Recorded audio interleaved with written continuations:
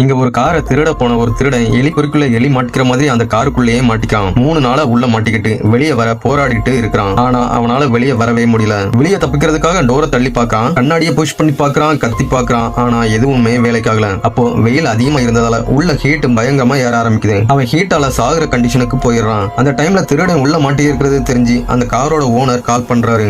அவன் கிட்ட வெளியே நின்னு பாக்குறவங்க காருக்குள்ள என்ன நடக்குதுன்னு பார்க்க முடியாத மாதிரி அந்த கார் கண்ணாடியோட டிசைன் வடிவமைக்கப்பட்டிருக்குது சொல்றாரு. அது போக அது புல்லட் ப்ரூஃப் கிளாஸா இருக்கும். அதனால உள்ள எவ்வளவு கத்தினாலும் வெளியே சத்தமே கேட்காது. இத கேட்ட திருடன் கோபத்துல, இப்ப மட்டும் நீ என்ன வெளியே விடலன்னா உன்னை நான் கண்டிப்பா பழி வாங்குவேன்னு சொல்றான். உடனே ஓனர் அப்படியே காலை கட் பண்ணிட்டு போயிடுறாரு. அப்போ திடீர்னு அந்த காரோட ஏசி ஆன் ஆகுது. அதுக்குள்ள இருந்து நல்லா ஜில்லுன்னு காத்தும் வர ஆரம்பிக்குது. அதை பார்த்து அந்த திருடன் அந்த காரோட ஓனர் நம்ம பார்த்தும் பயந்து நம்ம வழிக்கு வந்துட்டான்னு நினைச்சு காரோட ஃப்ரண்ட் சீட்ல போய் உட்காந்துட்டு நல்லா ஏசி காத்தும் வாங்கிட்டு இருக்கான். ஆனா அடுத்ததா என்ன நடக்க போகுதுன்னு அவனுக்கு தெரிஞ்சிருக்காது. கொஞ்ச நேரத்திலேயே அந்த ஏசில இருந்து வர்ற கூலிங் யாரோட ஸ்பீடு ரொம்ப அதிகமாகுது. அதனால காருக்குள்ள டெம்பரேச்சரும் வேகமா குறைய ஆரம்பிக்குது. அதனால அவன் இப்போ குளிர்ல நடுங்க ஆரம்பிக்கிறான். உடனே அவனோட டி-ஷர்ட்டை எடுத்து போட்டுக்கிட்டு அந்த ஏசியோட மவுத்ல நியூஸ் பேப்பரை வச்சு பிளாக் பண்ண ட்ரை பண்றான். அவன் குளிர்ல பயங்கரமா நடுங்கிட்டு இருந்த டைம்ல அந்த காரோட ஓனர் ரிமோட் மூலமா ஏசியை ஆஃப் பண்ணிட்டு திரும்பவும் அந்த திருடனுக்கு கால் பண்றாரு. முதல்ல மிரட்டின அவன் இப்போ சிச்சுவேஷன் புரிஞ்சுக்கிட்டு கொஞ்சம் தண்ணி கொடுங்கன்னு கெஞ்சுறான். ஆனா அந்த காரோட ஓனர் எதுவும் சொல்லாம மறுபடியும் காலை கட் பண்ணிடுறாரு.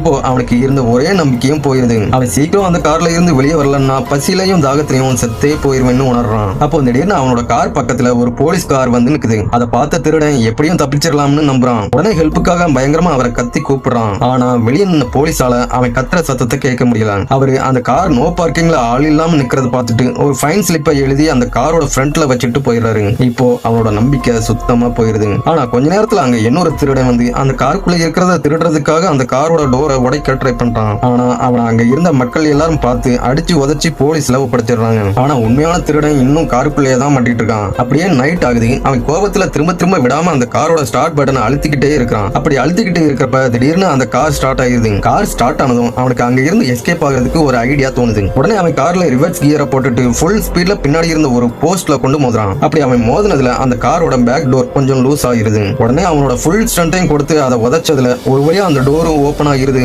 கடைசியில அங்க இருந்து தப்பிச்சு போயிடுறான்.